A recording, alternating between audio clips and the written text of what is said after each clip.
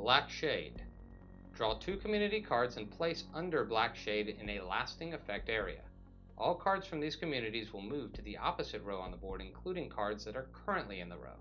If opponent removes effect, place the cards under Black Shade in allies. So here's the thing. Black Shade is very much the stronger version of the neutral card called Black Mirror. For those that are familiar with it, they'll understand that cards from one side of the board, if they're the same color of the community, will move to the opposite row on the other side of the board.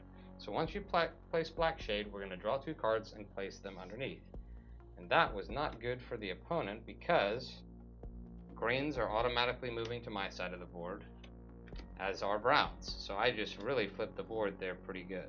Now, the thing about Black Shade is any cards that are moved and stop in this will go to this side. However, a card can move right through it. It's not a problem. So you just got to be careful not to land, if you're the opponent, land the orange or brown. And finally, with Black Shade, you can kill this card. You can manipulate this card. But when you do, it will move these cards to allies. Now, it says allies, not your allies. So essentially, if that card got removed, then I could take this to my allies and actually send this one to their allies. So if these cards are low, like a 1 and a 2, this card is not going to stay very long on the table.